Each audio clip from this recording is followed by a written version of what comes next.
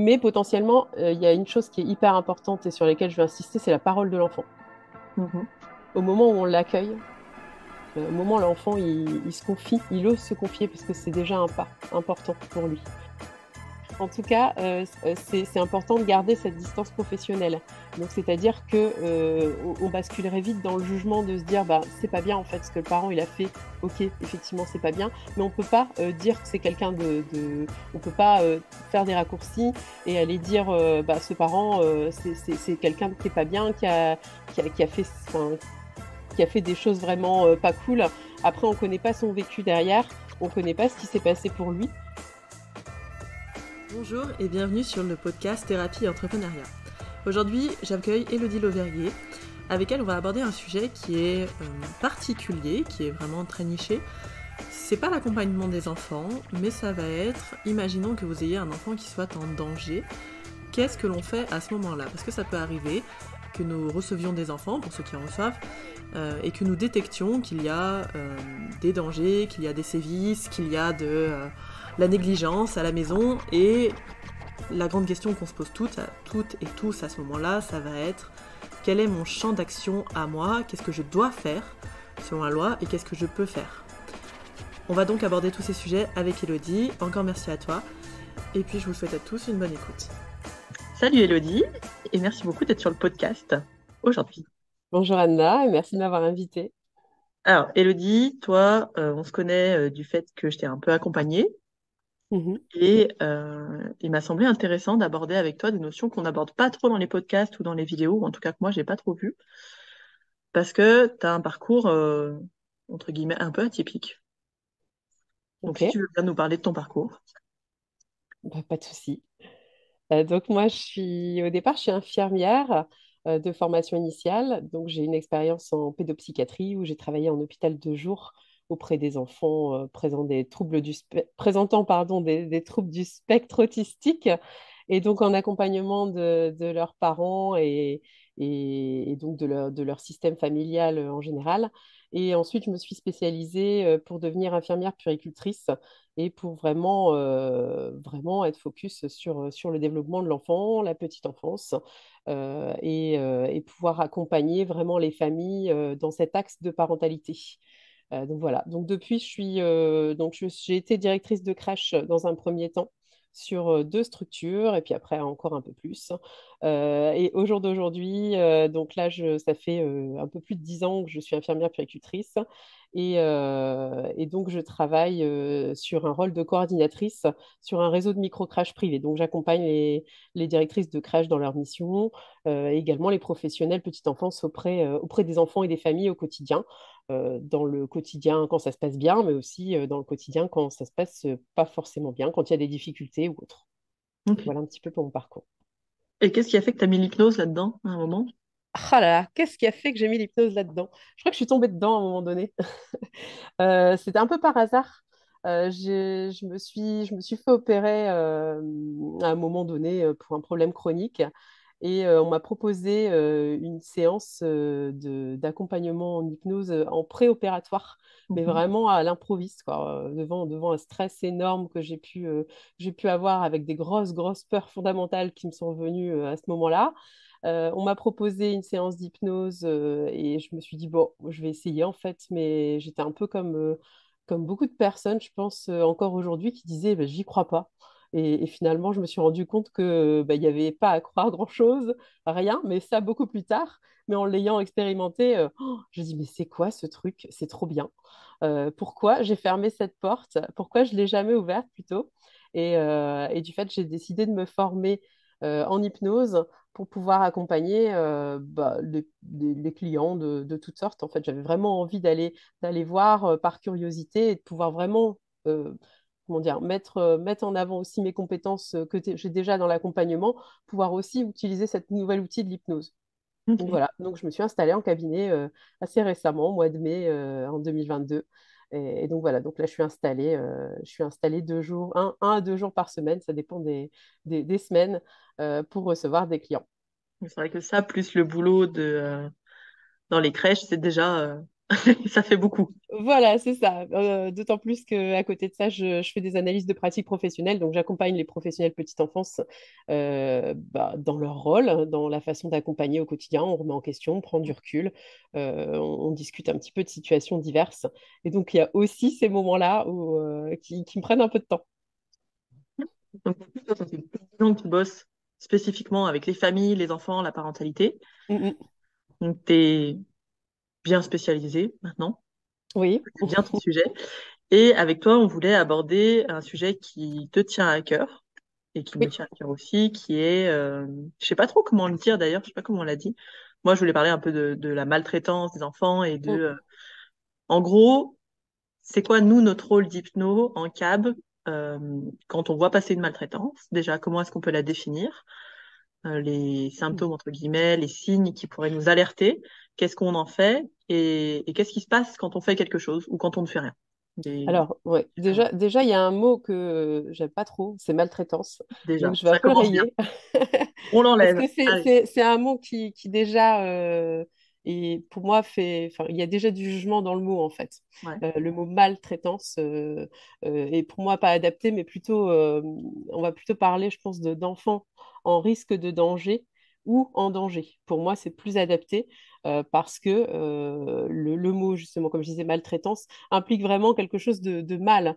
Et d'accord, il y a des choses pas cool, mais à un moment donné, c'est aussi penser au rôle des parents derrière et aussi ne pas être imprégné de jugement dans ces situations-là. Difficile, ça. Parce que c'est vrai qu'on aurait Difficile, envie de ça, blâmer tout de suite les mauvais parents, etc. En leur complètement. mettant un rôle de persécuteur et qu'on on peut avoir du mal à voir que bah, eux, ils sont complètement paumés aussi. C'est ça, tout à fait. Il y a notre posture qui est importante puisque quand on accueille une situation de maltraitance, on en parlera juste après, mais il y a plusieurs types de... Enfin, du coup, je vais pas dire maltraitance. Oh là là. Je t'ai Voilà, bousillé le truc, là. quand on repère un enfant en danger, en tout cas, c'est important de garder cette distance professionnelle. Donc, c'est-à-dire que on basculerait vite dans le jugement de se dire, bah, c'est pas bien en fait ce que le parent il a fait. Ok, effectivement, c'est pas bien, mais on peut pas dire que c'est quelqu'un on peut pas faire des raccourcis et aller dire, bah, ce parent, c'est quelqu'un qui est pas bien, qui a fait, enfin, qui a fait des choses vraiment pas cool. Après, on ne connaît pas son vécu derrière, on ne connaît pas ce qui s'est passé pour lui, on ne connaît pas comment lui, il a vécu tout ça, et qu'est-ce qui fait qu'il en est arrivé là surtout. Qu'est-ce qui fait qu'à un moment donné, c'était sa solution. À un moment donné, c'était enfin, alors on parle beaucoup de maltraitance physique, hein, mais il y a d'autres choses. Il y a aussi tout ce qui est maltraitance verbale, donc les humiliations, etc., que peuvent subir des enfants. Et ça, on ne mesure pas vraiment l'impact au quotidien de ce que ça peut avoir aussi. Donc, il n'y a pas que de la maltraitance physique, il y a aussi d'autres aspects de la maltraitance qui sont à prendre en compte. D'accord. Donc, physique, verbal, psychologique, quoi. C'est Ça. ça, C'est comme pour les adultes, au psychologique. final. C'est ça, psychologique, émotionnel, on peut mettre ces mots-là. L'idée, c'est vraiment que ça a des conséquences à moyen, long terme sur les enfants. Les adultes de demain, ils se construisent maintenant par les enfants qu'on accompagne. Et donc ça, c'est hyper important d'avoir ça en tête. Et c'est se dire que potentiellement, un enfant qui est, euh, qui est confronté à n'importe quel type de violence, qu'elle soit physique, qu'elle soit verbale, que ce soit des négligences, mais aussi bah, tout ce qui est violence un peu plus grave, mais tout ce qui est violence sexuelle, ou alors même aussi encore des enfants qui sont juste observateurs de violences conjugales, ça peut avoir des impacts au quotidien en fait, sur un adulte qui devient en devenir. Donc, parce au niveau neuro, il y a des choses qui se créent. L'enfant a un cerveau qui est assez immature au départ et il y a une espèce d'empreinte qui se crée avec tout ça.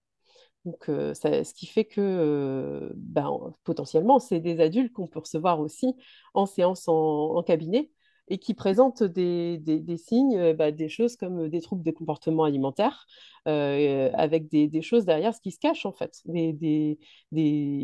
un peu l'arbre qui cache la forêt, un peu les choses qu'on découvre à ce moment-là. Ça peut être tout ce qui est d'ordre alimentaire, hein, tout ce qui est boulimie, anorexie, et c'est pour ça qu'on encourage aussi le fait de ne jamais accompagner seul en hypnose, puisque c'est pas adapté, puisque c'est important qu'il y ait un suivi derrière plus important psychologique, voire psychiatrique derrière avec ces personnes-là. mais aussi des troubles de comportement qui peuvent être du stress, de l'angoisse, des grosses angoisses. Mm. Enfin, ça peut se manifester partout, en fait, en adulte, en séance. Ce qu'il faut avoir en tête, c'est que potentiellement, on ne sait pas ce qui s'est passé dans la vie de la personne avant, et ça peut venir de choses qui se sont passées durant l'enfance. Mm. Ok. Mm, mm. Donc, dans les maltraitances, dans les violences, Mm. du coup, Oui, dans les violences, tout à on a fait. plusieurs sortes. Nous, si on reçoit des enfants, pour ceux Mm. qui reçoivent des enfants, euh, quels sont les signes qui peuvent alerter sur de potentielles violences? Alors moi, je dirais les premiers signes, enfin déjà, c'est euh, enfin déjà de ne pas avoir trop d'a priori sur qui ça peut concerner. Ok. C'est-à-dire que les violences, ça peut vraiment concerner tous les niveaux sociaux, très, très aisés comme les plus défavorisés en fait. Il n'y a pas vraiment de règles. Ça touche autant, je n'ai pas les chiffres en tête, mais c'est vraiment cette image-là que ça touche tout le monde. Donc il n'y a pas d'a priori à avoir et c'est se dire potentiellement chaque enfant, chaque famille que je reçois, il peut peut-être y avoir des choses. Mm. Après, voilà, c'est pas la majorité, bien sûr, on est dans une minorité d'enfants qu'on peut recevoir en séance et qui pourraient effectivement être victimes de violences à la maison ou autre, hein, même dans un autre contexte, mais en tout cas proche. Ça peut être de la violence à l'école, ça peut être Ouais. des choses dans un autre contexte aussi. Mais potentiellement, il y a une chose qui est hyper importante et sur laquelle je vais insister, c'est la parole de l'enfant. Mhm. Au moment où on l'accueille, au moment où l'enfant il se confie, il ose se confier parce que c'est déjà un pas important pour lui. Un enfant qui se tait, on va pas forcément savoir, ça va passer un peu inaperçu. Il va pas dire les choses. Et souvent, les enfants, ils osent pas parler quand ils sont dans des violences familiales, dans des violences autres, physiques, verbales aussi. Mais en tout cas, c'est quelque chose qui est caché parce qu'on leur demande de le cacher. Et il y a quelque chose qui se joue avec les parents, avec l'environnement familial, qui fait que l'enfant, il n'ose pas dire. Mais alors, par contre, quand il ose le dire, il faut vraiment prendre en considération cette parole. C'est vraiment la première chose importante, c'est se dire, voilà, l'enfant, quel que soit ce qu'il vous a dit et quel que soit si ça vous paraît logique ou pas, c'est l'écouter en fait. L'écouter et questionner. Questionner, Enfin, il y a plein de situations qui peuvent être énoncées, mais en tout cas, si un enfant, il vous dit, ben, voilà, papa, maman, on m'a tapé à la maison, il s'est passé ça. Tiens, c'est questionner l'enfant. Tiens, bah, qu'est-ce qui s'est passé pour toi? Tu as dû avoir mal du fait. Et le comprendre, en fait, être dans l'écoute active, mais vraiment qu'il se sente en sécurité, c'est la première chose, je dirais, importante. Euh, voilà, enfin, donc la parole de l'enfant en priorité et ensuite questionner sur le contexte. Effectivement, il y a des parents qui sont dépassés, comme j'ai dit tout à l'heure, hein. Il y a des parents qui ne savent plus comment réagir et des fois en viennent au coup. On parle beaucoup de la fessée et j'en parlerai peut-être tout à l'heure, c'est tout ce qui est les violences éducatives ordinaires qui sont un peu mis sur le devant de la scène en ce moment, puisqu'il y a une loi qui est parue en juillet 2019 et qui interdit tout ce qui est violence éducative ordinaire, sauf qu'on est dans une situation où actuellement, les parents d'aujourd'hui ont été élevés d'une autre façon. Donc, eux, ils ont reçu des coups. Ils ont reçu des fessées, des pichenettes, tout ce qu'on peut entendre derrière, qui fait qu'aujourd'hui, ils reproduisent ce qu'ils ont vécu. Et c'est pas évident, cette conjoncture-là, ce changement-là, il n'est pas forcément évident. Donc, il y a tout un accompagnement parental derrière. Mais c'est aussi se dire à quel niveau je parle de vraie violence et de. Enfin, je peux même pas dire vraie violence et fausse violence, puisqu'il n'y en a pas. Toute violence, c'est vrai. Mais c'est comment moi j'estime que je dois faire quelque chose ou pas face à ce que j'entends, en fait, par C'est rapport ça. à ça. C'est pas évident, ce positionnement-là, parce qu'on ne sait pas forcément quoi faire quand on entend un enfant se dire, bah oui, je me suis pris une fessée à la maison. Ok, d'accord. Dans notre tête, on se dit oui, enfin, ça peut être ça, en tout cas, on peut se dire ça. Une fessée, c'est pas grand-chose. Mais est-ce que ça, c'est vraiment pas grand-chose? Ouais, et puis c'est hyper dur parce qu'il y a, comme tu dis, il y a aussi tout. Moi, le nombre de fois où j'ai entendu, moi, j'en ai pris des claques et ça m'a jamais tué, ça m'a renforcé. Ah bon? Mais il y a du coup forcément toutes nos propres projections, nos propres idées. Et en plus, la paternité, maternité, la parentalité, c'est des sujets vraiment importants et, comment dire, Mhm. identitaires. Mhm. Donc c'est difficile, je trouve, en séance de se défaire de toi, tes propres croyances sur est-ce qu'une fessée c'est trop, est-ce que une fessée c'est normal, est-ce qu'une fessée bah on n'en meurt pas, ou alors bah non, faut surtout pas. Ça c'est tes propres croyances qui jouent et en fait au final au regard de la loi, comme tu l'as Mhm. rappelé, c'est interdit. C'est ça. Au regard de la loi, c'est interdit. Après, voilà, moi, sur les crèches où je suis actuellement, hein, c'est des situations où on est confronté de façon assez quotidienne, où des parents en viennent à encore mettre des fessées, à encore mettre des petites tapes, etc. Et qu'est-ce qu'on fait à ce moment-là? Parce que les parents se rendent compte, une fois que c'est fait, que c'était pas la solution, en fait. Mais l'idée, c'était que là, ils se sont retrouvés dans cette situation-là, impuissants. Et la seule solution qu'ils ont eue à ce moment-là, c'était de mettre une fessée à leur enfant. Et donc, c'est se dire, ces parents qui se font confier à nous et qui nous disent ça, euh, est-ce que ça mérite que j'aille voilà, aller faire une information préoccupante, et on en parlera aussi tout à l'heure par rapport à tout ce qui est démarche, ou est-ce que moi, j'ai un autre rôle à jouer? Ou Mm. est-ce que, alors moi je parle en tant que professionnel de la petite enfance, mais bien sûr on n'est pas tous professionnels de la petite enfance. Après c'est aussi se dire un parent qui nous dit, voilà, moi je mets des fessées à mon enfant, j'aimerais bien arrêter en fait, mais à chaque fois je n'ai pas d'autre solution, et puis ça le calme en fait, qu'il ait une fessée, j'ai l'impression qu'il comprend. Ça a des impacts en fait pour l'enfant. Ça c'est ce que le parent ne voit pas, mais en tout cas ça a un impact après, sur la vie d'après de l'enfant.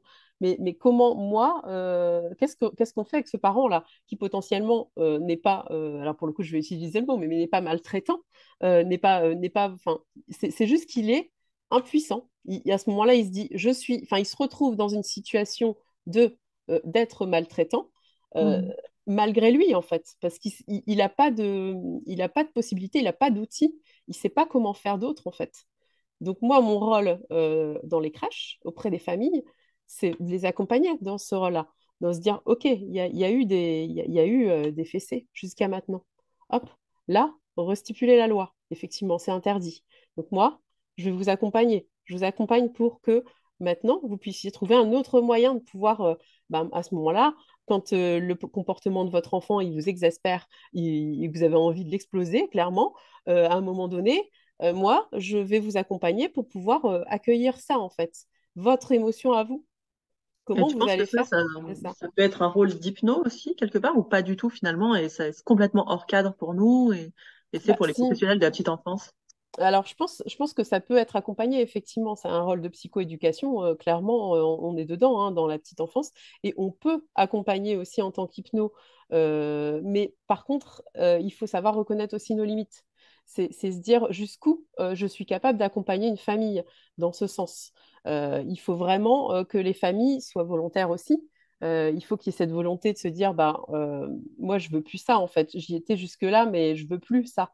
Donc, qu'est-ce que je peux faire d'autre? Et ça aussi, enfin, faut être assez subtil en fait dans ce que nous disent les clients, puisque c'est pas souvent qu'ils viennent et nous disent, bah voilà, je viens vous voir, bah, je tape mon enfant, quoi. C'est des choses qui, enfin, il y a des espèces de petites choses qu'on sent en fait quand on questionne par rapport au non-verbal aussi du client qu'on peut recevoir. Voilà, enfin, il y a des choses qu'on peut capter et qu'on peut questionner. Et des fois, on arrive au bon endroit. Moi, ça m'est déjà arrivé. Et effectivement, ben oui, j'étais au bon endroit. La maman était complètement dépassée, savait pas quoi faire. Et plusieurs fois, enfin, à taper son enfant, mais ça s'arrêtait pas à la fessée. Donc ça pouvait aussi être beaucoup plus impressionnant que ça. Et Mm. donc dans ce cadre, même moi, en tant que professionnelle petite enfance, bah, j'ai mis la limite, j'ai dit stop, là, je peux pas accompagner en fait. C'est pas de mon recours, c'est trop en fait. Ce qu'elle m'a dit, je pouvais pas garder ça pour moi. C'était trop important. Il y avait des confidences, certes, une confiance énorme de la cliente à ce moment-là, mais potentiellement un enfant en danger. Donc, c'est aussi essayer de jauger et se dire quel est mon rôle et à quel moment je dis stop, en fait, je ne peux pas accompagner. C'est c'est dans... enfin, c'est une histoire de calibration, quoi. C'est se dire à quel moment moi je passe le relais et comment je le passe aussi. Alors est-ce que c'est en fonction du niveau de danger de l'enfant? qu'à un moment on dit bah là il y a plus le temps entre guillemets et on est plus sur du risque ou sur mais tu vois ça me fait repenser à la crise suicidaire. Là on est plus sur une crise et si vous l'avez pas écouté le podcast écoutez-le. Mais on est plus sur une crise, on est plus sur un début voilà d'inquiétude, mais on est sur une crise et là la crise il faut l'arrêter et il faut C'est mettre ça. l'enfant en sécurité. C'est ça, tout à fait. Donc, Ok. c'est vraiment cette idée-là, où à un moment donné, ça dépasse, en fait. C'est trop. C'est la priorité, c'est la santé de l'enfant, de mettre en sécurité l'enfant, et aussi que la maman puisse se soigner. Enfin, pour le coup, là, il y avait quelque chose derrière qui méritait d'être aussi abordé, de pouvoir réorienter la famille. Et il est complexe ce sujet parce qu'arriver à jauger ce qui est déjà pas normal, mais du vrai, enfin même pas du vrai danger, parce que c'est difficile en fait. Même en Mhm, parler, c'est difficile parce que on peut pas minimiser la mhm, violence d'une claque. tout à euh, fait. mais après, en effet, quand il y a encore plus de violence, on se dit, bah oui, mais enfin, il y a des degrés, quoi, C'est mine de ça. rien. Tout à fait. Après, il y a quelque chose qui est assez aidant, c'est de savoir si, alors auprès de l'enfant ou auprès de la famille, ça dépend quel interlocuteur on a et qui on reçoit, mais c'est savoir si c'est répétitif, Mm. si c'est quelque chose qui revient, si c'est quelque chose qui est prolongé, si c'est tout le temps, si ça survient toujours dans les mêmes situations. Mais vraiment, c'est des choses, déjà, le caractère répétitif, il est important en fait. Parce que déjà, ça nous donne une indication sur est-ce que c'est quelque chose qui est là depuis longtemps, c'est quelque chose d'une habitude en fait. Quand l'enfant, il y a des mauvaises notes, hein, on peut en être là aussi, il se fait taper, ok, ça peut arriver. Ou alors il se fait humilier, enfin, ou des autres choses, hein, enfin, ou quand il y a un comportement enfin, ça peut être divers, hein, mais un enfant qui fait pipi au lit, qui continue à faire pipi au lit, qui est humilié par la famille, et qui comment il se sent? C'est une violence en fait. Et Ouais. ça Et peut j'imagine s'entretenir que d'ailleurs. donc le caractère répétitif et puis la durée aussi, depuis combien de temps ça dure? Oui, tout à fait. Jouer, Depuis combien de temps ça dure aussi? Mm. enfin, j'imagine, ouais, il y a plein de choses qui jouent, l'âge auquel ça a commencé, C'est ça, c'est ça. Après, il peut y avoir aussi, enfin là, on parle des enfants, mais aussi on peut parler des ados, hein, des ados qu'on reçoit en séance et qui peuvent s'automutiler ou des choses comme ça. Enfin, des signes un petit peu, c'est se dire, tiens, qu'est-ce qui fait qu'il y a une souffrance derrière? C'est identifier que potentiellement un ado qui en va jusqu'à des automutilations, des scarifications, etc., qu'est-ce qui se passe pour lui en fait? Et que potentiellement, il y a peut-être aussi alors pas que, hein, je dis pas que c'est que ça, mais ça peut être une piste en fait. C'est se dire, tiens, Mm. potentiellement, il faut peut-être que je questionne dans ce sens. Ouais. Donc pas hésiter à, quand on a soit avec les parents, avec les enfants, mais des espèces de petites infos, de trucs qu'on calibre qui sont pas nets, Mhm. Laurent, il dirait des greux intérieurs, des Mhm. choses comme ça, des trucs qui déconnent, ne pas hésiter à questionner vraiment franco, en fait. C'est ça, c'est important. Après, c'est situé aussi par rapport à ce que nous dit l'enfant et ce qu'elle va nous répondre l'enfant. Bah, il faut toujours inclure les parents là-dedans. Mm. Dans la mesure, alors je dis toujours, mais d'un autre côté, il y a toujours l'exception qui confirme la règle, sauf s'il y a danger imminent et pour la santé de l'enfant, euh, vraiment tout de suite, quoi. Dans ce cas-là, c'est le seul moment où on ne doit pas prévenir les parents de tout ça. Mais l'idée, c'est vraiment d'inclure et d'avoir cet accompagnement à la parentalité qui nous reste en tête. C'est-à-dire que tout ce qu'on va entreprendre derrière, il faut que les parents soient au courant. Si, si par exemple, c'est des violences verbales, si l'enfant nous confie que bah voilà, à la maison, il y a beaucoup d'humiliation, etc., enfin, ou des situations assez précises qu'il peut aborder, c'est inclure les parents et se dire, voilà, votre enfant aujourd'hui m'a dit ça. Mm. Et aussi demander aussi l'accord à l'enfant. C'est bien aussi d'avoir son accord pour pouvoir en discuter. C'est même mieux. Mais quoi qu'il en soit, en fait, notre rôle aussi, c'est de pas le garder pour nous à un moment donné quand il y a des violences. Mm. Oui, c'était des sujets que je voyais pas mal sur les réseaux, c'est-à-dire l'enfant m'a parlé de ça, est-ce que je peux me permettre de peut-être péter la relation avec lui si Mhm. j'en parle, mais d'en parler quand même aux parents, parce que finalement, le plus important là-dedans, c'est quand même que quelque chose change. C'est ça. Bah, l'idée, c'est d'aller progressivement, en fait. C'est de toujours garder vraiment ce lien avec l'enfant et de lui faire comprendre que c'est important, en fait, que nous, on s'inquiète pour lui. Rien que lui dire déjà, dire, bah, tu vois, tout ce que tu m'as dit, moi, ça m'inquiète.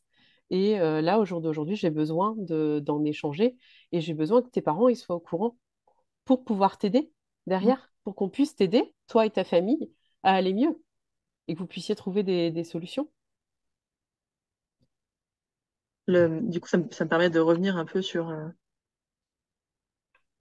un truc tout con, mais tu vois, alors moi, des enfants, j'en ai peu reçus, parce que je suis pas très enfant.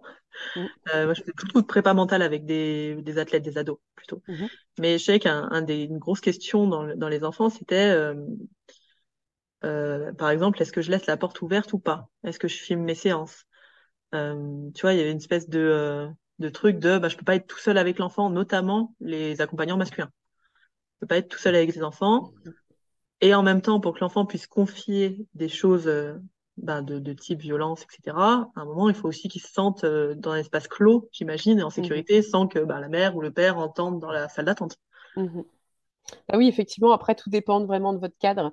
C'est vrai qu'il y a des praticiens qui choisissent d'enregistrer, filmer toutes les séances pour se protéger au maximum, euh, avec tout ce qu'on entend, etc. Enfin, des choses autour qui pourraient, après, enfin, je pense que c'est aussi pour se protéger au niveau juridique, etc. Si jamais il y a des poursuites, si jamais l'enfant dit qu'il s'est passé des choses en séance, etc. Voilà, c'est surtout pour une histoire de protection. Mais effectivement, il y a aussi cette image que quand on filme, l'enfant peut ne pas dire tout. Mm. Mm. C'est possible aussi. Ouais, Après, c'est vraiment en fonction. C'est difficile de se situer. Enfin, moi, j'ai fait le choix de ne pas filmer mes séances avec les enfants. Après, je les enregistre en vocal. Enfin, le vocal est enregistré. Mais après, en hypnose, pour le coup, je travaille pas enfin, j'ai pas reçu plein d'enfants, quoi. Donc, c'est plutôt je suis plutôt spécifique petite enfance, vraiment dans mon travail de puéricultrice. Donc, vraiment, en tant qu'hypno, c'est vrai que là-dessus, j'ai pas forcément la réponse toute faite et je pense qu'il, de toute façon, il en a pas sur comment faire exactement. Mais l'idée, c'est vraiment de savoir votre cadre, vous, qu'est-ce que vous voulez mettre en place. Et effectivement, le fait qu'il n'y ait pas de caméra, que ce soit vraiment un espace clos où le parent n'est pas présent à ce moment-là, ça peut aussi être un espace de discussion et d'ouverture pour cet enfant, cet ado, pouvoir se confier. Peut-être à des endroits où il ne peut pas, hein. Il n'y a peut-être pas la possibilité ailleurs. Mhm. Oui, exactement comme pour les adultes, hein, finalement. Mm, mm. Tout à fait. Après, il y a les parents qui refusent, hein, qui peuvent refuser aussi de ne pas être présents, enfin, qui veulent tout le temps être présents. Ouais. Et c'est aussi, enfin, c'est important de pouvoir avoir ce temps avec les enfants, qui puissent avoir vraiment leur séance à eux. En plus, ça permet d'aller voir un peu ce qui se passe au niveau de l'attachement, voir comment l'enfant sait se séparer de son parent au niveau d'une séance. Donc, c'est aussi de l'intérêt hein, d'avoir. Enfin, je sais pas, enfin, il y a plein de versions possibles, hein, mais je sais qu'il y a des praticiens qui pratiquent avec le parent tout le temps présent, d'autres qui font uniquement l'enfant, un peu les deux aussi, c'est possible. Il y a vraiment tout est possible, quoi. Mm. Ouais, c'est une question de cadre, mais un cadre qui est à réfléchir, à C'est tester, à ça. voir s'il vous va, à voir s'il va aux enfants, aux parents, Et à réajuster éventuellement, quoi. et à Mm. réajuster, voilà, mais peut-être pas se laisser bouffer son cadre. Si par exemple ton cadre, c'est de faire une séance d'abord 10 minutes avec le parent et ensuite 50 minutes avec Mhm, l'enfant. Si le parent dit bah non, moi je reste là, bah déjà peut-être justement ça s'interroge, ça s'accompagne avec le parent parce que c'est intéressant mhm, et de pas forcément bousiller son cadre en disant bah d'accord, avec plaisir.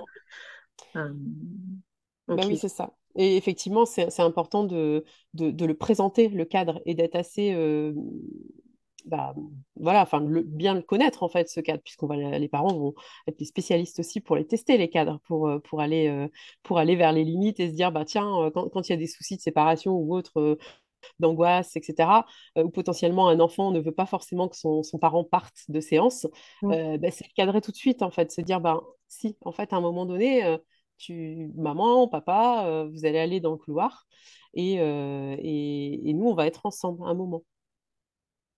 Mm. Très intéressant. Ça. Mm, mm. Euh, je reviens, c'est marrant, je reviens au début en fait.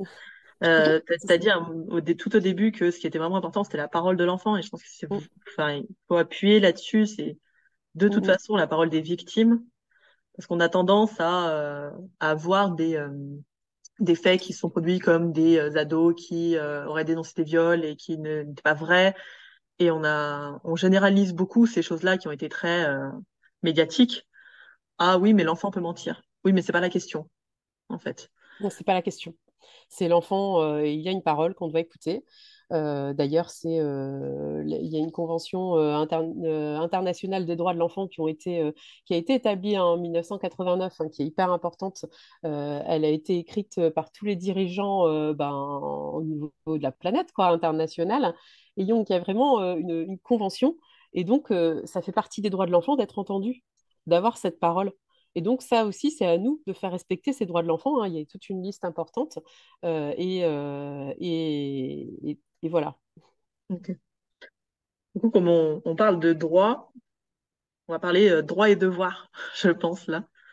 Nous, quand Ouais, on parlait de signalement tout à l'heure, ouais, on sait qu'il y a une violence, un peu comme ce qui s'est passé avec la dame que tu as reçue. Une ouais. violence qui est, l'enfant est trop en danger, Mm. est en danger, il faut faire quelque chose. Quelles sont nos possibilités, nous, en tant qu'accompagnants? Qu'est-ce qu'on peut faire et qu'est-ce qu'on doit faire? Tu vois, vraiment la Ouais. différence, Alors devoir et droit. ouais, au niveau de déjà, enfin, ce qu'on doit faire, c'est que tout citoyen de France se doit, en situation, quand il a repéré une situation d'un enfant en danger ou en risque de l'être, c'est précisé puisqu'il ne faut pas forcément que l'enfant soit en danger, mais ça peut être un risque. Ça peut être potentiellement des choses qu'on a vues, quoi. Enfin, potentiellement, les violences psychologiques, elles peuvent découler après sur des violences Physique. physiques. Voilà, c'est ça. Il faut savoir que 95% des violences physiques commencent par des violences éducatives ordinaires. Donc, que ce soit des paroles, que ce soit des fessées, que ce soit des petites choses comme ça. Donc, il y a vraiment un rôle important d'agir au plus vite, en fait, quand on repère ces violences-là. Et c'est se dire qu'on a un rôle à jouer dès le départ. En tant que citoyen, déjà, on a l'obligation légale de signaler un enfant en danger ou en risque de l'être. Après, il y a cette histoire de, comme on dit tout à l'heure, à quel moment je dois faire en fait. À quel moment je fais une information préoccupante, à quel moment je le fais pas en fait. Est-ce que tu peux Et définir ça, l'information préoccupante? Alors, qu'est-ce que c'est exactement? alors, pour parler d'informations préoccupantes, je pense que c'est important de pouvoir rappeler une loi aussi qui régit, je dirais, la protection de l'enfance en France, qui a été écrite en 2017, je crois que c'est en mars 2017, qui reprend en fait différentes choses. C'est-à-dire qu'il y a eu un remaniement de la protection de l'enfance et de comment on fait face à une situation d'un enfant en danger ou en risque de l'être maintenant. Donc avant ça, on connaissait que le signalement. Et d'ailleurs, c'est le mot que tu as utilisé spontanément, Anna. Maintenant, on ne parle plus vraiment de signalement en premier recours. C'est-à-dire que quand on a repéré un enfant en danger ou en risque de l'être, quoi qu'il en soit, il faut qu'on le signale. Donc, on a plusieurs façons de faire. Donc, la principale, c'est d'appeler le 119. Donc, le 119, c'est un numéro. Et d'ailleurs, je vous conseille de l'afficher dans votre cabinet, puisque c'est important que chaque enfant puisse le voir parce que c'est un numéro facile à retenir et lui aussi, il peut le composer, même si, enfin, s'il ne vous parle pas, en tout cas, s'il se tait, au moins, il y a ce numéro-là. Il peut lui aussi appeler ce numéro. Donc, nous aussi, en tant qu'hypno et aussi en tant que professionnel de santé ou autre d'ailleurs, et en tant que citoyen, vous avez ce numéro-là qui est à disposition. Et donc, vous tombez sur un standard qui recueille ce qui se passe en fait. Enfin, et puis qui aussi analyse et vous dit, vous oriente si c'est plutôt une information préoccupante qui va être faite ou un signalement. C'est-à-dire que la différence entre un IP, information préoccupante, et signalement, elle va être plutôt dans la gravité. Donc, c'est-à-dire que quelque chose de grave, quelque chose qui met en risque et péril l'enfant, je dirais, de manière immédiate, il va y avoir un signalement au procureur de la République qui va être fait directement avec des mesures judiciaires qui vont être mises en place tout de suite. Donc, peut-être des mesures de placement provisoire, peut-être directement au tribunal aussi pour un jugement au niveau pénal. Donc, là c'est vraiment des mesures vraiment d'urgence, le signalement. C'est pas vers ça qu'on va s'orienter de façon tout le temps, en fait, puisque c'est pas hyper évident, en fait. Souvent, on est confronté souvent à un enfant au risque de l'être, en fait, en danger. c'est pas forcément un enfant en danger pile poil, ou alors vraiment dans les situations spécifiques, hein, si on était amené à travailler dans des milieux particuliers où vraiment là on est confronté aux enfants vraiment en danger avec des coups, avec des violences sexuelles, etc., qui sont mis en place, mais c'est pas le parcours enfin, c'est le plus évident qu'on fait en fait. C'est pas le plus. En fait. Voilà, c'est pas le plus fréquent, c'est ça. Le plus fréquent, ça va être se dire, bah voilà, j'appelle le 119. Ou alors, la deuxième manière, c'est aussi de passer par la cellule de recueil d'informations préoccupantes, donc on l'appelle la CRIP. Et ça, tous les départements, puisque ça se joue au niveau départemental, hein, tout ce qui est recueil des informations préoccupantes, c'est géré par le conseil départemental. Et donc ça, donc l'information préoccupante, si vous voulez, c'est vraiment l'information que vous allez transmettre. Donc, que ça soit par oral au téléphone au 119 ou que ça soit par écrit à la CRIP, puisque c'est un mail qui permet vraiment d'être reçu par le département, donc le département qui se compose de la protection maternelle infantile, l'aide sociale à l'enfance et le service départemental social. Donc ça, vraiment, ça va être reçu. Cette information-là, elle va être analysée. C'est-à-dire que bah, ils vont recevoir l'info, ils vont la lire, ou alors ils vont l'écouter. L'information préoccupante, quand elle va être reçue, elle va être évaluée et elle va être qualifiée. Ils vont faire une enquête sociale. Et donc l'enquête sociale, elle va être menée par des professionnels de la petite enfance, ça peut être des médecins, ça peut être des infirmiers, puriculteurs, ça peut être aussi des assistantes sociales. En tout cas, ils vont se rendre au domicile de la famille et ils vont voir ce qui se passe. Mais il se peut que suite à ça, il n'y ait rien. C'est-à-dire que si tout va bien à la famille, si voilà, ça peut être classé sans suite derrière.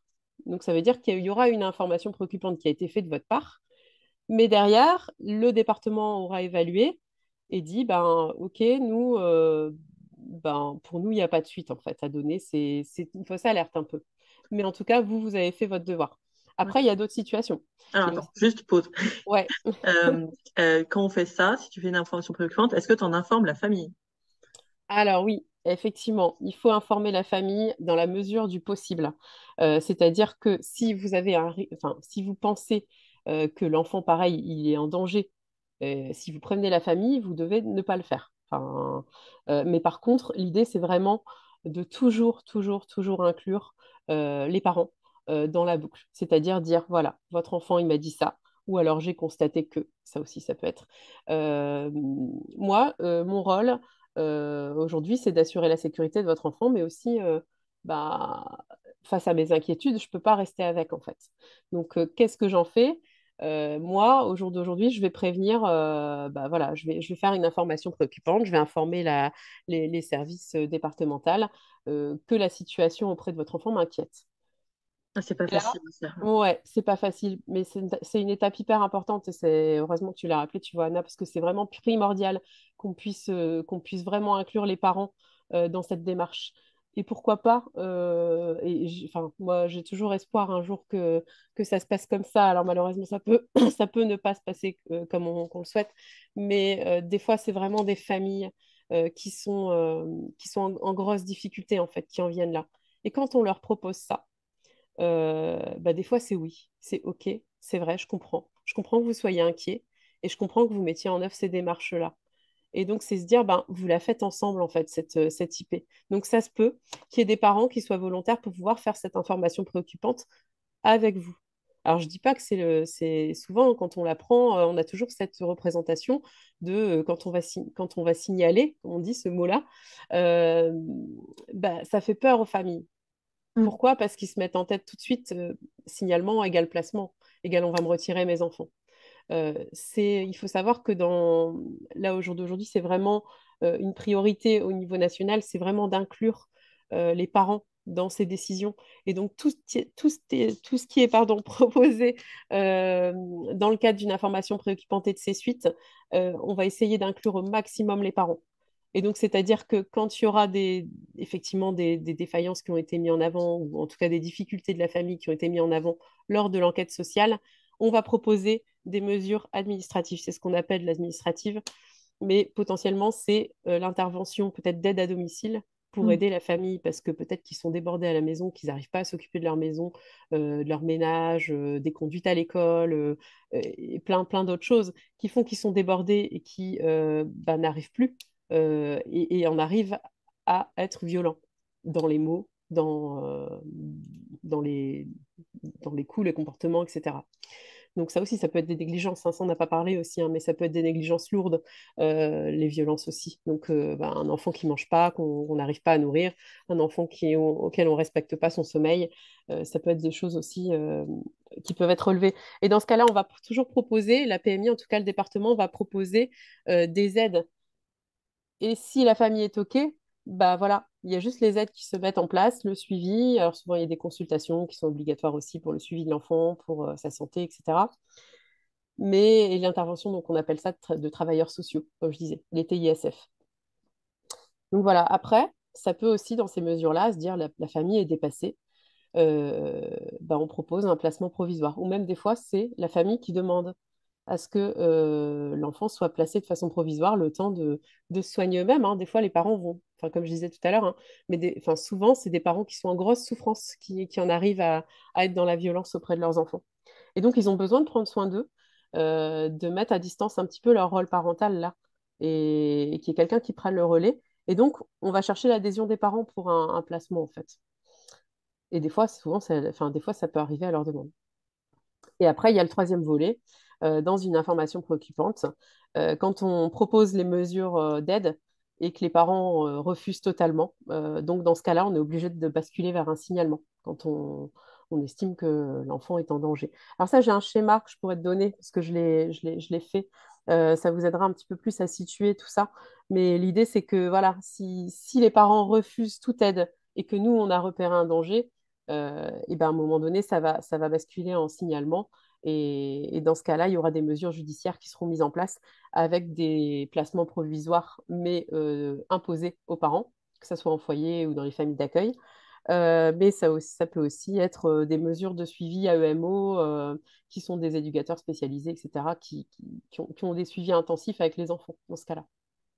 Ok. Ok, Voilà. c'est intéressant parce que c'est vrai que, en effet, quand on pense, tiens, je vais faire, en plus, c'est vrai que le mot information préoccupante, moi, je l'avais pas du tout, Mhm. mais tiens, je vais dire à quelqu'un, il y a presque l'idée de dénoncer, tu vois, Mhm. à quelqu'un, bah, qu'il y a un problème dans sa famille, tout de suite, on se dit, merde, qu'est-ce qu'on enclenche comme process, euh, Mhm. qui pourrait nous retenir de dire quelque chose, en fait, en se disant, oui, bah, ce serait pas pire que ces enfants soient sans leurs parents, ouais, mais en fait, il y a plein d'autres étapes Mhm. Il y a avant, plein d'autres étapes, c'est ça. En fait, on fait un énorme raccourci sur le parcours d'une IP ou d'un signalement. Et il y a plein d'étapes avant. Et vraiment, l'idée vraiment de l'État et du département, c'est vraiment d'inclure au maximum les parents là-dedans, donc dans les choix, etc. Et donc, c'est vrai qu'on n'a pas forcément en tête. Et bah, on fait souvent le raccourci, et aussi en tant que professionnel, hein, des fois hypno, quand on est face à ça, enfin, enfin, on ne sait pas trop quoi faire en fait. On se dit mince, qu'est-ce qu'on fait? Parce que potentiellement, on va peut-être mettre dans la merde une famille, quoi, en le faisant. Ça peut aussi être notre pensée. Mais c'est se dire que ben, finalement, non. En fait, mon rôle à moi, c'est lequel, ma responsabilité à moi, c'est laquelle. Sachant que je vous rappelle, au niveau légal, hein, si vous ne signalez pas un enfant en danger et que potentiellement il se passe quelque chose derrière, vous pouvez être poursuivi derrière en justice, quoi. Donc il y a des conséquences derrière, comme n'importe quel citoyen, hein, pour non-assistance à personne en danger et non dénonciation. Enfin, c'est même pas dénonciation, je ne sais même pas comment ça s'appelle dans la loi, mais voilà, toute personne physique et citoyen de France doit signaler un enfant en danger. ok, important, ça. Je C'est mettrai important, c'est le ça, tout texte à de fait. loi. Après, c'est important aussi, c'est de ne pas se sentir seul en tant qu'hypno, enfin, même pas qu'en tant qu'hypno, hein, moi, en tant que professionnelle petite enfance, j'ai déjà été amenée à plein de fois dans ma carrière professionnelle à me dire, mais ok, qu'est-ce que je fais en fait? Là, j'ai ça comme info, j'ai ça comme info, j'ai ça comme info. C'est pas spontané en fait. Des fois, on a des choses, il y a un enfant qui peut nous dire des choses, une famille qui peut nous dire des choses, et on va pas dire, ok, on va faire une IP directe en fait. Il y a souvent un temps de réflexion qui est nécessaire et un temps d'échange entre pairs aussi. PAIR, S, je dirais. Mais c'est important parce que c'est important de ne pas se sentir seul. C'est une démarche qui est hyper dure en fait au niveau émotionnel. Enfin, moi, je l'ai toujours vécu difficilement parce que potentiellement, ouais, j'ai toujours cette image que bah ouais, je peux mettre dans la merde une famille, c'est vrai. Mais d'un autre côté, quel est mon rôle quand on me confie des choses comme de cette façon-là? C'est toujours se dire, voilà, c'est bien d'avoir un regard extérieur et d'avoir une personne à qui on raconte un peu ce qui s'est passé. Et si c'est quelqu'un du même environnement professionnel, c'est mieux. Mm. Effectivement, il y a cette histoire aussi, ça me fait penser au secret, le secret professionnel, etc. Sachez que dans ces situations de protection de l'enfance, etc., il n'y a pas de secret professionnel. Donc, c'est-à-dire que le secret professionnel, il est levé. Donc, vous êtes protégé. Alors, enfin, je dis ça pour tout ce qui est professionnel de santé, pour les médecins, etc., psychologues, infirmières, etc. On est soumis à ça. En hypno, on est encore non conventionné. Voilà, c'est ça. Donc, il n'y a pas cette notion de secret. Alors, voilà, de façon éthique, bien sûr, quand on nous confie des soucis médicaux, psychologiques, etc., bien sûr, il y a ce secret qui se met là. Mais dans le cas d'un enfant en danger, dans le cas d'un enfant en risque de danger aussi, ce secret, il n'y a pas à l'avoir, en fait. Mm. Oui, c'est bien de le rappeler que nous, Mm, enfin, mm. les hypnos, en tout cas, non psychologues, Mm, mm. ne dépendent pas de ce secret professionnel et qu'après, c'est juste une question éthique qui appartient à chacun, actuellement, malheureusement. Oui, c'est ça. Après, voilà, c'est bien sûr en discuter. Enfin, comme je dis vraiment avec ses pairs, c'est important que ce soit quelqu'un, enfin, par respect avec la famille, qu'on n'aille pas étaler tout ça partout. L'idée, c'est vraiment d'être respectueux aussi dans la façon dont on communique. Et on a besoin effectivement de ne pas se sentir seul, mais être aussi intelligent dans la façon dont on procède Bien sûr. pour rester discret. Parce que la Oui. discrétion, elle est importante. Le- Tout l'intérêt de la supervision, pour le Mm, mm. coup, nous, on n'a pas d'APP, malheureusement, Ouais. qui seraient justement des pratiques intéressantes à mettre dans nos professions. Mm, mm. Euh, mais, euh, mais oui, la supervision, l'intervision, voilà, comme vous direz, Tout à mais fait aussi. Mm. vraiment très important d'avoir quelqu'un de référent là-dessus. Puis après, avec le nombre de groupes Facebook, etc., qui existent, on peut discuter, quoi. Mais voilà, Mhm. en effet, ne pas rester seul me paraît fort Tout à fait. approprié. Tout à fait. C'est des situations qui coûtent, hein, enfin, au niveau, voilà, quand on, c'est pas vraiment ce qu'on envisage au premier abord, quoi. Quand on va accompagner, on a envie d'aider, on a envie que les personnes aillent mieux. Et quand on est confronté à des situations comme ça, on se sent vraiment impuissant, hein. Mm. On se dit, Mm. mince, ok, mais j'ai un rôle à jouer quand même, en fait. Et faut pas l'oublier, quoi. Mm. Oh, ça va être intéressant aussi de se faire des réseaux professionnels autres qu'hypno pour le coup, mais des professionnels de la petite enfance, des psychos, des pédopsies, Tout à fait. C'est des important professions comme d'avoir. ça. C'est ça. C'est important d'avoir aussi un espèce d'annuaire ou au moins avoir un contact à proximité, pouvoir orienter, que ce soit une puéricultrice libérale ou autre, ou même en PMI, hein. Enfin, ça, c'est important. Et franchement, enfin, moi, je vous conseille aussi d'avoir ce petit comment dire, bottin de numéros, mais au moins d'avoir les coordonnées des PMI, des protections maternelles infantiles. Sachez que c'est des services qui sont du département qui propose des consultations tous les mois pour les enfants. Au niveau santé, mais aussi il y a toujours un psychologue qui est associé à la PMI et qui peut recevoir les familles de façon totalement gratuite. Donc, il y a ces possibilités-là qui sont assez faciles d'accès. Et pourquoi pas échanger, hein. Enfin, moi, ça m'est arrivé aussi hein, d'échanger directement, de les appeler, les médecins, les PMI. Tiens, j'ai une inquiétude, je ne sais pas trop quoi faire, si je dois aller jusque l'IP ou pas. Bah, j'ai pris le numéro d'une infirmière puéricultrice de la PMI, j'appelle et puis bon, on en discute ensemble, en fait. Ouais, hyper important. Mm, mm, Hyper important, c'est vraiment des situations pas faciles et en effet qui, une fois faites, portent aussi sur le moral mm, potentiellement de mm. celui qui a fait l'IP ou le signalement. C'est ça, tout à fait. Bah oui, c'est ça. On se sent un peu.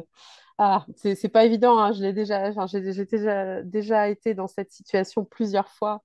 Et ouais, ouais, au niveau émotionnel, ça impacte. C'est quelque chose qui reste un peu. Après, ça s'en va, voilà. Le fait d'en discuter, d'en parler et de dire, ben, finalement, j'ai bien fait, en fait. C'est bon, c'est fait. Une fois que c'est fait, on se dit vraiment ça. Ok, c'est bon, c'est fait. C'était pas agréable, ni pour eux, ni pour moi. Mais vraiment, l'idée, c'est que bah, on va les aider, quoi. On va pouvoir leur proposer de l'aide. Moi, de mes capacités, je ne pouvais plus, quoi. Mm. Donc, j'ai plus d'action, j'ai plus de.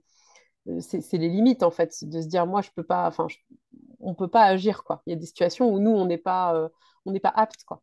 Mm. On peut pas mettre en place des choses tout seul, quoi. Oui, oui, puis il y en a plusieurs, hein, pour le coup. En plus, sur quand c'est systémique comme ça, Mm, mm. et qu'on doit travailler avec les parents et avec l'enfant, est-ce qu'on peut continuer à recevoir, même quand l'IP est faite, etc. Est-ce que tu continues à travailler avec les familles quand elles le veulent bien? Bah oui, tu peux. Ouais. Bien sûr. Après, c'est important qu'il y ait un suivi Mm. derrière, quoi. Mais J'allais dire tout en souvent, délimitant, bien sûr. toi, ton cadre de pratique. Alors peut-être que tu travailleras sur des choses très symptomatiques avec l'enfant, Ouais. comme les angoisses ou les pipi au lit ou les choses comme ça. Mm, Euh, et que d'autres personnes après récupéreront mm, mm. d'autres choses sur du trauma ou sur voilà, ça dépend C'est vraiment ça. votre cadre de travail et vos capacités de travail, je dirais aussi, parce qu'on n'est C'est pas tous ça. à travailler avec le trauma. C'est ça. Après, c'est important aussi, c'est que quand on accompagne l'enfant, de pas forcément. Enfin, moi, c'est la limite que je me suis posée maintenant. Si jamais j'étais confrontée à un accompagnement avec un enfant et sa famille, Mm. c'est ne pas jouer sur les deux côtés. Enfin, ne pas aller accompagner l'enfant plus la famille. Je D'accord. pense que c'est important qu'il puisse y avoir. Après, moi, c'est mon cadre, mais en tout cas, je pense que c'est vraiment important pour aussi avoir une certaine distance et rester professionnel auprès de l'enfant, etc. Et justement, rester dans le non-jugement et dans l'accueil de tout ça, c'est se dire, tiens, moi, j'accompagne l'enfant, mais quelqu'un d'autre va accompagner le Mm. parent, ou l'inverse, hein, enfin, peu importe. Mais l'idée, c'est que chacun ait son accompagnant. Mm. Ouais, je trouve ça plutôt sain aussi. Mm, En tout cas, c'était même un peu carrément interdit, et en psycho et en coaching, mm. d'accompagner plusieurs membres d'une famille. Et je crois que je l'ai fait une fois et ça a été un bordel monstrueux parce qu'on me disait des trucs d'un côté et de l'autre, j'entendais d'autres choses et j'étais là, attends, qui m'a dit quoi déjà? C'est ça, c'est le test un peu, ouais. Très compliqué. J'ai C'est dit, bon, bah, pareil, bah, je suis un peu comme toi, j'ai testé, puis j'ai dit c'est stop. ça. Je fais, bon, bah, non, moi, je n'y arrive pas. Alors, il y a des gens qui arrivent très bien. Et moi, personnellement, et puis même je crois pas qu'on puisse s'enlever nos biais Mhm. et toutes les croyances qu'on a, etc., sur quelqu'un. Et c'est très difficile d'accompagner plusieurs personnes dans une famille, Mm, mm. sauf à travailler en systémie. Mais alors là, tu travailles C'est complètement ça, différemment, bien sûr. Mm. formé là-dessus. Ok. Est-ce que tu avais d'autres choses à dire sur d'autres. Bah, écoute, je pense qu'on a déjà balayé pas mal de choses sur, sur les choses importantes, en tout cas, en rapport avec la protection de l'enfance et le rôle qu'on a à jouer, je dirais. Mm. Moi, s'il y a des choses importantes, je pense qu'on a un rôle à jouer dans les violences éducatives ordinaires. Donc, c'est, comme je Ah disais tout oui, à l'heure en début c'est vrai. de podcast, bah, d'ailleurs, j'ai partagé un article cette semaine avec Catherine Guéguin qui parlait L'enfant n'est pas un être que l'on doit dresser. C'est l'article qui a été publié. Et ben, c'est accompagner les parents, en fait, parce que potentiellement, les clients qu'on accompagne peuvent être des parents. Mhm. Euh, Ça peut être un sujet aussi à accompagner, de se dire, tiens, une fois il y a une fessée, je veux plus le faire, mais je trouve pas la manière de communiquer. Et donc, bah, ce que je trouve intéressant chez Catherine Guéguin, c'est qu'elle elle parle de communication non violente et de façon à remplacer en fait ces comportements qui des fois nous dépassent, où effectivement on arrive à calmer l'enfant en tapant, mais non, c'est à bannir quoi. Donc c'est à se dire comment je peux faire autrement. Et c'est surtout cet aspect prévention qui est importante. Et je pense qu'on peut aussi le véhiculer en tant qu'hypno en cabinet, c'est se dire quel rôle je peux jouer moi à mon petit niveau pour prévenir ces violences éducatives ordinaires. Et dans son article là, du jour, Catherine Guéguin met en avant la situation de la Suède, les pays nordiques qui sont très en avance sur un peu beaucoup de sujets, et nous explique que voilà, il y a eu vraiment un tournant dans cet aspect prévention. Le fait d'être tous sensibilisés, hein, tous citoyens de France qu'on est, mais aussi en tant que professionnels, à accompagner ces violences éducatives pour pouvoir agir en amont, en fait. Mhm. Donc le travail avec les C'est parents important. pourrait se faire en Ouais, partie là-dessus. Alors on peut complètement. travailler en effet des choses plus euh, je veux dire, habituelles comme les émotions, la colère, Mhm. etc. Mais aussi pouvoir faire un peu de psychoéducation, euh, Mhm.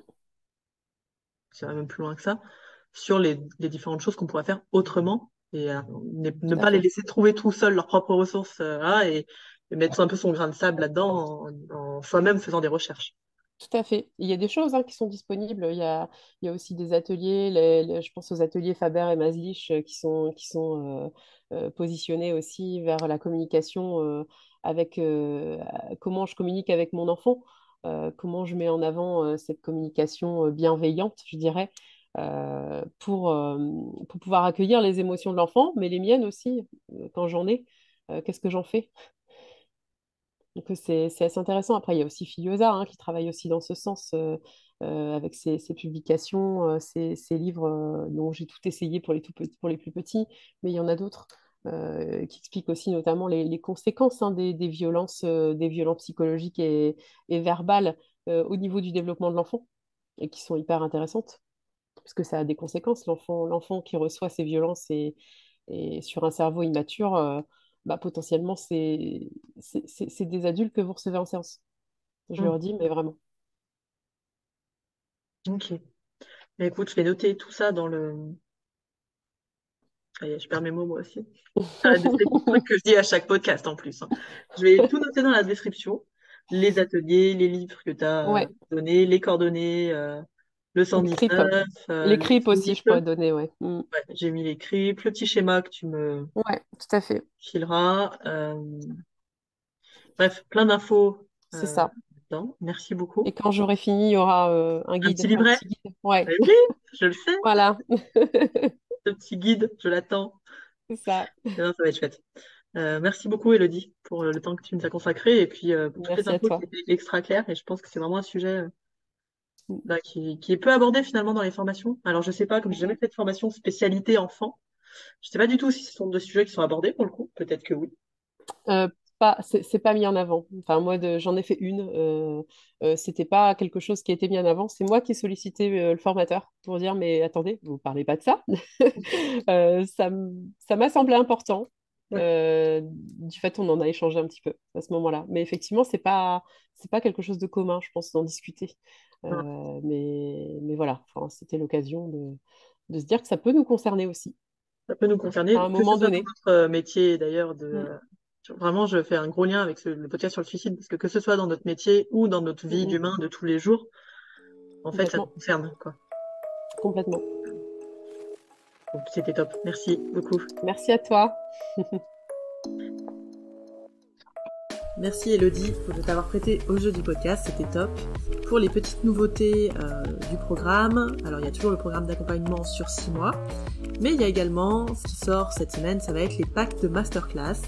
Ce sont des masterclass qu'on a fait dans le programme, donc une fois par mois en fait il y a un expert qui vient parler d'un sujet particulier. Et je les ai regroupés en packs, donc il y a un pack sur l'expertise, donc ça va être de travailler avec des sujets spécifiques comme le deuil, le tabac, les enfants.